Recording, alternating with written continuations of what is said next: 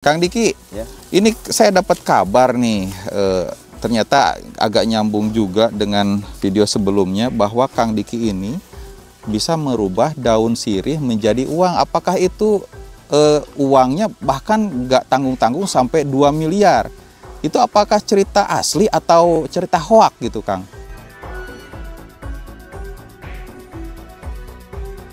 Jadi setengah-setengah Kang ngerubahnya tuh. Nih, ini misalnya nih daun sirih nih. Berubah jadi duitnya nih. Iya. Setengah-setengah nggak langsung 100.000 enggak. Segini dulu. Segini dulu. Itu 21 hari tuh udah segini nih, 20 hari nih. Udah setengah. Uangnya pecahan berapa ya? 50 dan 100.000. Oh, hanya dua jenis itu Dua ya? jenis itu. Nah Kang, yang saya penasaran, yang namanya mendapatkan uang dari hal-hal gaib, itu kan biasanya ada konsekuensinya. Pakai tumbal nggak kira-kira? Ya, saya jawab itu enggak.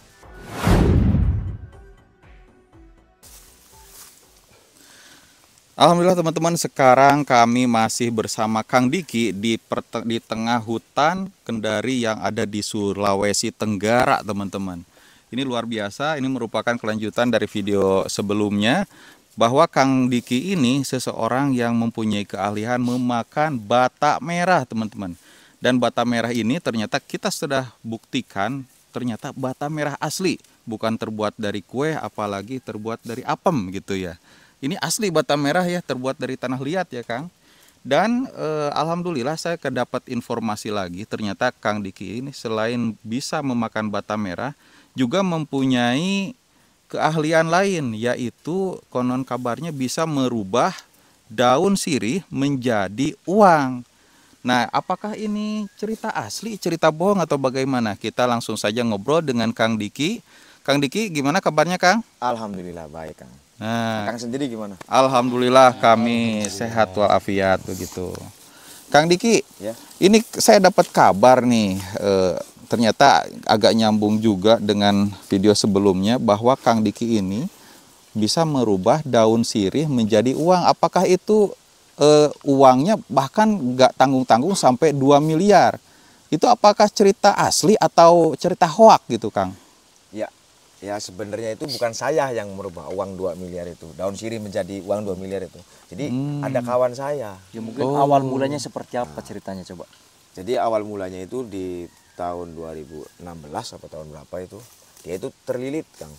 Terlilit hutang dari permainan dia yang hobi mencari benda-benda antik.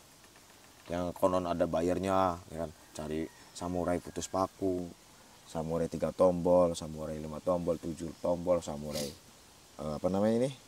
Sabuk ya. Terus dia cari kuningan sari, harta-harta benda, harta-harta karun gitu kan. Nah, tanpa terasa yang namanya seperti itu kan semuanya itu berkaitan oknum. Misalkan si A nih, Didi contohnya. Misalnya, saya samarkan Didi. Didi ini punya samurai tombol 3. Nah, saya samarkan lagi Kang Nazarnya. Dia marketingnya. Oh, YouTuber dong itu. Ya marketingnya gitu kan. Nah, Kang Arifnya pembelinya gitu. Oh. Nah, antara marketing sama yang pemilik barang ini permainan, kong kali kong. Tapi menggunakan si D lagi. Gitu. Nah, tanpa disadari yang namanya dia saat sendiri dijebak oleh 3 orang. Gimana sih Kang? Kurang lebih 3 orang. Gitu. Iya. 3 orang lah itu kan. Ya gimana sih? Akhirnya itu ada barang lo di sana bagus loh. Sekian juta, sekian juta. Pas saya main ke rumahnya memang betul. Di situ banyak barang-barang antik. Tapi antik bukan zaman dahulu kala. Antik semuanya cetakan orangnya sendiri. Berarti barang antik palsu begitu ya. Dan ternyata mungkin singkatnya si temannya Akang ini tertipu oleh oknum-oknum tersebut. Betul. Itu kalau boleh tahu satu barang antiknya tuh yang paling mahal berapa, Kang? Kemarin pas kejadian itu ada yang 700 juta. 700 juta. Berarti ya memang tidak tanggung-tanggung, ketipunya wajar sampai 2 miliar Ya. begitu ya, Kang. Dia itu nggak kerasa kan. Yang jelas nggak kerasa dia pakai itu apa? Kayak buat bensin mobil, Iya. makan gitu kan. Rokok-rokok. Nah, itu yang nggak kerasa. Kalau membeli barang kan sekian ratus juta kan jelas. Yang nggak kerasanya itu yang sehari-hari dia keluar. Akhirnya dia dicemberutin istri, di kantor dia males gitu. Nah dapatlah SP, surat peringatan 1, SP 2, SP 3 sampai dia dikatakan Dipecat. korupsi Oh. dan mau ditahan gitu. Berarti uangnya itu dia ambil dari uang kantor begitu Betul, ya? betul. Karena dia itu di kantor itu kedudukannya atau jabatannya ya lumayan Tinggi ya. Iya. Mm-mm. Bukan sekelas salesnya atau apanya gitu ya. Bisa dibilang supervisornya atau manajernya gitu. Berarti itu rencananya memang barang antik tersebut mau dijual lagi atau bagaimana sih Kang? Atau Ya. sekedar kolektor? Dijual lagi. Oh, dengan Ya. harga yang lebih tinggi. Betul. Dan yang saya contohkan misalkan Kang Najjar sama Kang Didi nih, kong kali kong. Kang Didi punya bandanya, punya barangnya. Nah yang dibilang si Arifnya atau si Dedinya itu, tuh di sana ada pembelinya Kang Najjar. Padahal Kang Didi sama Kang Najjar ini kawan. Iya, iya, iya.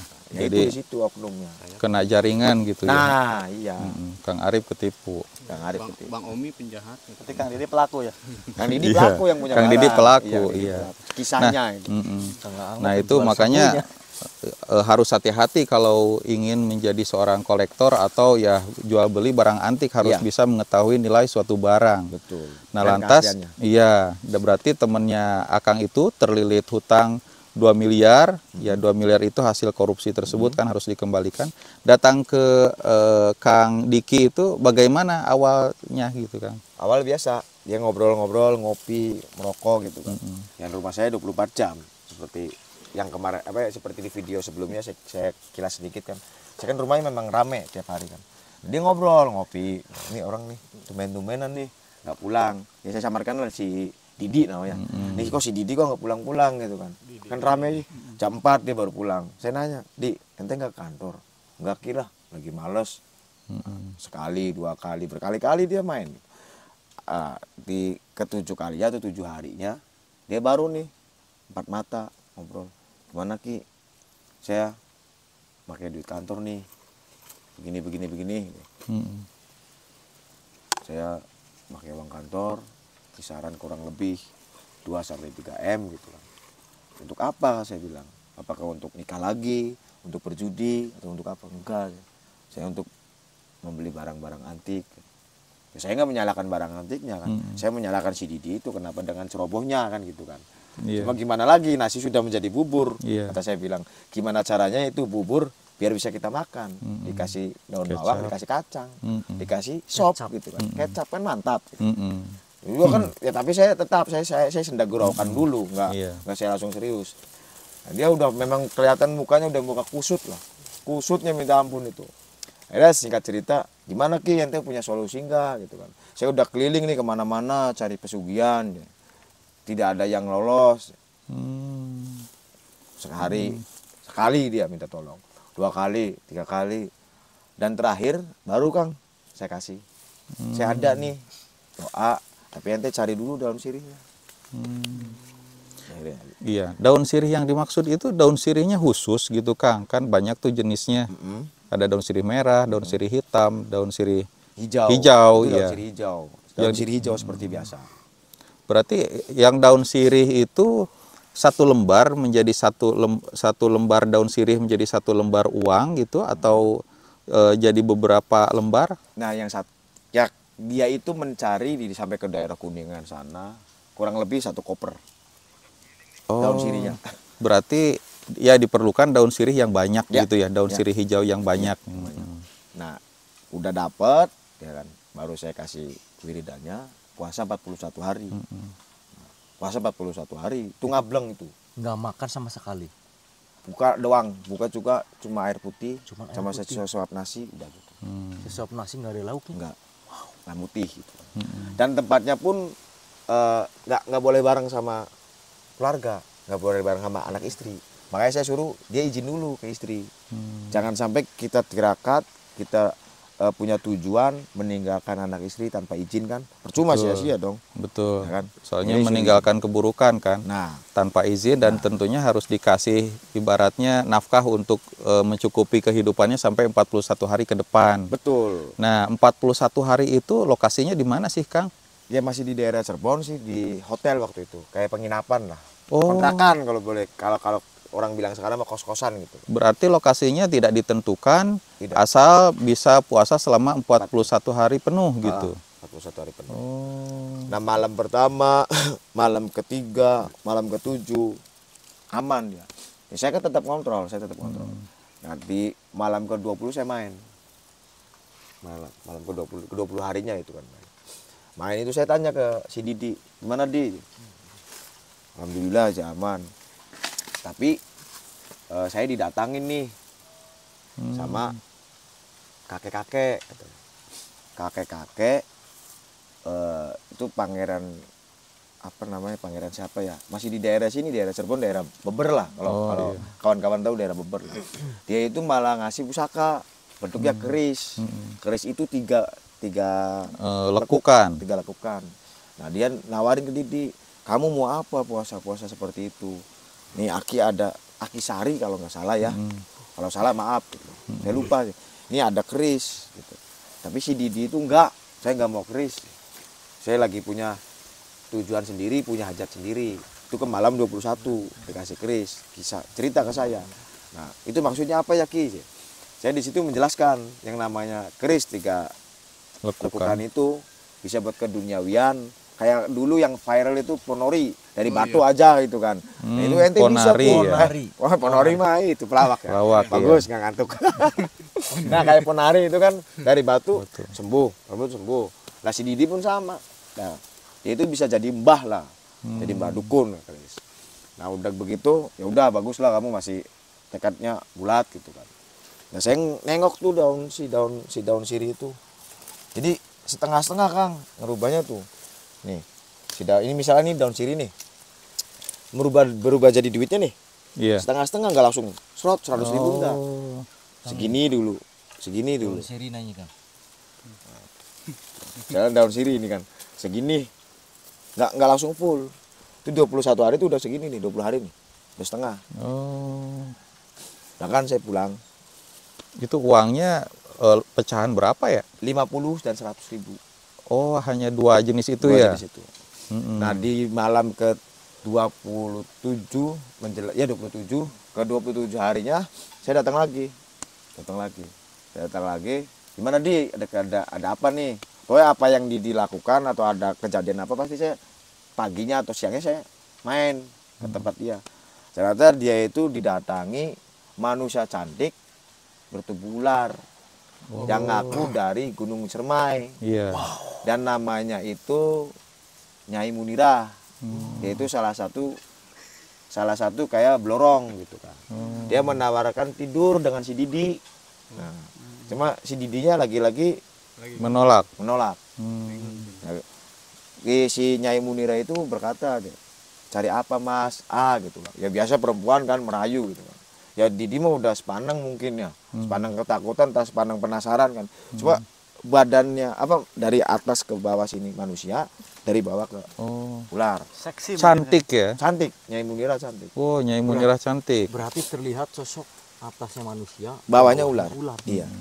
Jadi mau suka tapi serem, Iya. mau cium tapi iya takut. takut gitu ya. Tapi cantik. Cantik. Wow, gimana berarti? Kalau Nyai Munirah kan dari Cermai, Gunung Cermai sini. Nah, itu apakah dia datang itu berarti untuk meniduri si Kang Didi ini ya? Nah, si Kang Didi ini. Nah, itu jadi salah satu syarat untuk berubahnya daun sirih jadi uang gitu. Enggak. Jadi yang namanya kita lagi riadoh kalau tanpa guru, yaitu Kang, dari penjuru manapun jin-jin yang hitam itu pasti merayu. Oh, jadi ibaratnya menyesatkan gitu ya. Ya contoh misalkan kita lagi sholawat terus ada orang ya, ada gaib ya, bentuk kakek-kakek berjubah putih, udah ente sholawat kenapa? Masa iya kan yang namanya kita lagi sholawat masa diberhentikan. Itu kan bukan sosok yang baik, jelaskan seperti itu. Nah, itu kan godaan. Menurut si Didi, karena Didinya kan lagi ini sih bener-bener lagi fokus di itu. Wah ini mah godaan nih kata si Didi. Tapi alhamdulillah Didi nggak nidurin si Nyai Munirah itu. Nah kalau Dewi Lanjar kan dari Losari ke Pantai Selamaran, Pekalongan kekuasaan. Kalau Dewi Lanjar kan identik ularnya kuning, kemas-masan. Kalau Nyai Munirah hitam tapi bugel. Bugel itu? Bugel tuh pendek. Oh iya. Kalau Bunda Ratu sono kan hijau, identik gitu. Setelah itu lanjut aman tuh si Didi, nggak terkena rayuan oleh Nyai Munira. Ya mungkin kedenger Nyai Munira, tapi nggak apa-apa lah, saya di Sulawesi jauh, dia naik pesawatnya susah. Nah setelah itu beres tuh Nyai Munira, saya balik lagi di malam ke 39 dia sempat drop, dari kesehatannya drop. Karena apa? Karena ya tadi kan makan sebisanya, ya kan, sedikit kan makan sesuap, minum sedikit gitu kan. Cuma balik lagi Kang, kita mah nggak bisa apa-apa, nggak punya apa-apa, segala sesuatunya kan Allah kan, dan ikhtiarnya si Didi tersebut. Meskipun ya mungkin sebagian orang mengatakan itu apa namanya salah, silakan gitu kan. Mengatakan semuanya mengatakan itu benar, silakan gitu kan. Kan persepsi manusia berbeda-beda ya. Gitu. Yang penting saya di sini kan ngambil baiknya, buang buruknya. Dan itu tetap lokasinya yang dikontrakan itu ya? Masih satu. Yang di tempat yang dilokasikan sama Akang sendirilah begitu milih ya? Sendiri si Didinya. Oh, kalau milih saya sendiri. Yang menentukan lokasi kan settingan nanti. Oh, jadi iya, si Didinya sendiri, dia mau di mana, di sini aja lah. Dan itu jauh, dia anggapnya jauh dari gangguan orang lain supaya dia bisa fokus terhadap tirakatnya begitu ya? Ya tadi Kang, kalau misalkan dia bareng sama anak istrinya, datangnya sosok seperti itu kan dia kuat, anak istri nggak kuat dong. Iya, pastinya sedih kalau diceritakan gitu ya, dicari-cari, ditolong atau gimana. Tapi ya namanya juga sudah kepepet, terpaksa, terlilit itu utang 2 miliar, daripada kena bui, ya melakukan berbagai cara agar bisa selamat. Betul. Nah Kang, yang tadi itu yang daun sirih menjadi uang sebanyak 2 miliar itu gimana nih kelanjutannya? Apakah setengahnya jadi uang gitu ya, atau setengahnya itu masih daun sirih begitu? Nah di hari ke-40, genap di 41, si Didinya kan drop badannya kan, saya ngontrol si kain kapan sama daun sirihnya, udah sempurna Kang. Oh udah sempurna. Padahal tinggal 1 hari lagi ya? Iya, akhirnya si Didi itu dibawakan di Poned itu puskesmas desa terdekat kan, diimpus dan sebagainya kan. Nah, udah agak siuman, baru membayarkan hutangnya ke kantor pakai duit itu. Oh, ya alhamdulillah juga ya. Jadi untungnya ya bukan dari nyuri, tidak merugikan orang lain, dan alhamdulillah hasil ternyata begitu. Enggak, yang saya penasaran, jadi perwujudan uang tersebut itu di depan mata atau di rumahnya? Di depan mata. Di depan mata. Kan gini Kang, kain kapan, daun sirih. Oh, di depannya ada daun kafannya. Iya, ada daun sirih berapa lembar? Itu kan kurang lebih 1 koper. Pokoknya kalau jadi duit nggak kurang, nggak lebih. Total utang 3 miliar, jadi 3 miliar. Daun sirih 1 koper. Iya. Berarti daun sirih tersebut berubah menjadi uang semua. Iya. Kemarin mas ada yang gagalnya. Ada yang gagalnya. Entah ya si Didi masih, saya samarkan nih Kang namanya, entah si Didi masih nyimpen apa enggak. Jadi dia itu masih punya setengah duit, setengah daun sirih. Untuk saat ini? Iya. Masih menyimpannya? Iya, kemarin saya tanya katanya masih nyimpan gitu kan. Setengah daun sirih, setengah duit. Hingga saat ini berarti masih? Iya. Kalau untuk pembuktian kira-kira mau enggak ya? Didinya? Coba saya nanti kan dibicarakan sama beliau kan. Nah posisi saat ini beliau sedang berada di mana? Kalau masih di Cirebon. Oh di Cirebon. Oh, berarti kita harus terbang ke Cirebon lagi. Nah Kang, yang saya penasaran, yang namanya mendapatkan uang dari hal-hal gaib, mungkin kan itu tanpa bekerja, hanya tirakat dan berdoa.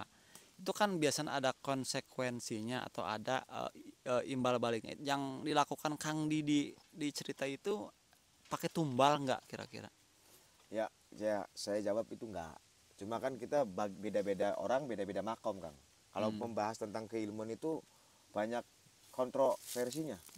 Banyak yang kontra, banyak yang setuju ya kan. Nah itu kan beda-beda makom. Dan beda-beda keajaiban Allah memberi. Kita nggak bisa melihat seseorang itu dari casing. Wah casing orang itu bertato, bertindik. Tapi Allah memberi rahmatnya kan. Nah nanti larinya ke Sarah. Jadi yang pada intinya si Didi itu tidak ada tumbal. Kalau sekarang itu Kang Didinya udah kaya, udah jadi apa gitu? Sekarang alhamdulillah dia punya usaha sendiri, jualan minyak keliling tanpa hutang, minyak sayur. Berarti udah usaha sendiri. Udah usaha sendiri, punya usaha sendiri. Berarti ya difokuskan uang yang 2 miliar itu untuk membayar hutangnya Hutang, aja. betul. Nah, untuk kedepannya dia mencari bekerja seperti biasa pada umumnya gitu ya. Betul. Nah, kalau gini Kang, mungkin pasti teman-teman akan nanya gini. Bisa nggak kalau misalkan ada orang yang ingin uang seperti Kang Didi, tapi dipakai untuk ngebangun, untuk beli mobil, beli sawah, beli apa, bisa nggak? Atau itu hanya dipakai untuk yang urgent-urgent aja untuk menolong orang? Nah, kalau untuk kesenangan itu nggak bisa. Paling untuk emergensi, untuk urgent tadi kan, untuk darurat kan. Darurat kan bener-bener orang itu bukan tobat lagi, tapi insaf. Kalau udah insaf ya udah. Gitu. Tapi kalau nggak insaf, ya lebih dari itu nanti. Berarti kalau untuk beli mobil, beli rumah nggak bisa? Nggak bisa, itu mah jadi YouTuber. Amin ya Allah. Bisa aja Kang. Ya mungkin kalau kata saya sih ini masuknya pesugihan sih aslinya. Pesugihan cuman tanpa tumbal ya Kang ya. Bisa dibilang seperti itu. Makanya saya kan gini Kang, persepsinya kita kan hanya membagikan kisah, ya kan, dan akang-akang juga membagikan cerita. Iya. Ya tergantung si pemirsa atau penontonnya. Menang nilai, benar. Nah itu kalau boleh tahu tahun berapa sewaktu Kang Didi 2016. 2016. Sekarang 2024. 2016 apa 2013? Nah hingga saat ini ada nggak tuh yang kira-kira anaknya, saudaranya, orang tuanya atau orang-orang terdekat lah mungkin meninggal atau bagaimana? Nggak ada. Alhamdulillah nggak ada. Berarti asli? Sorry dipotong. Dengan keadaan habis daun sirih terus meninggal anaknya nggak ada. Soalnya semenjak daun sirih itu kan saya banyak kedatangan orang juga dari Sumedang gitu kan, dari Indramayu menanyakan kebenarannya, keabsahannya. Ya monggo gitu kan. Kan rumah saya terbuka 24 jam. Dia datang dikasih wiridanya, dikasih puasanya. Waduh, ini mah nggak kuat. Oh berarti ada wiridanya Kang? Ada. Oh nggak sembarangan berarti. Enggak. Ada wiridanya, ada doanya gitu, ada izinnya. Berarti yang ngasih langsung oleh Kang Diki. Iya. Jadi kalau mau ya tinggal datang aja ke Kang Diki ya. Iya. Mungkin di sini ada yang pengen meminta wiridnya. Nanti itu di Iya, luar iya. layar. Nah, mungkin satu lagi pertanyaan Kang, itu kan kalau istilahnya kan tadi kata Kang banyak makomnya. Mungkin kalau Kang Didi tadi nyebutnya pesugihan, mungkin bisa dibilang ini pesugihan putih yang tanpa tumbal mungkin. Ya seperti kandang bubrah gitu kan, ada kesamaan gitu. Cuma ya kalau bagi saya itu bukan pesugihan sih, karena yang namanya ya itu tadi makom itu berbeda kan. Ada kita yang kerja dohir, ada kita yang kerja batin, kerja goib. Contohnya kerja goib YouTuber, ya kan? Siapa yang gaji, siapa yang bayaran nggak tahu, ya kan? Tahu-tahu ada di Tahu-tahu rekening. ada di rekening. Gitu. Nah, Kang Didi pun sama, dia nggak Berarti ngeluarin termasuknya apa keringat. dohir atau Kerja goib dia. kerja goib termasuknya ya? Oh, benar. Kita kerja gue. Kita kerja goib. Nah Kang, kalau misalkan gini, kalau misalkan apa ya, kita tuh kalau Akang sendiri itu dapat ilmunya dari mana? Terus Akang pernah ngebuktiin nggak jadi uangnya? Atau cuman punya Akang cuman caranya aja, orang yang lain yang ngebuktiin gitu? Ya, saya ada dari guru gitu kan. Heeh. Dari guru. Kebetulan saya nggak pernah, alhamdulillah belum terpepet hutang gitu. Tapi dari 10 yang melakukan ritual itu kurang lebih ya 10, 8 diantaranya lolos. Oh, berarti yang dua yang Dua gagal. gagal. Gagal karena apa? Menyerah sebelum perang. Kalau yang selain yang tadi Kang Didi itu yang 2 miliar, itu yang lain berapa miliar Kang? Ada yang 1,5, ada yang 4M, ada yang 10M, Wow. macam-macam. Dan itu kan saya kan diambil benang merahnya dulu, nggak bisa langsung dikasih kan akhirnya kena dam nantinya. Oh, Nah baru di channel ketiga apa di kisah ketiga dam. oh iya benar.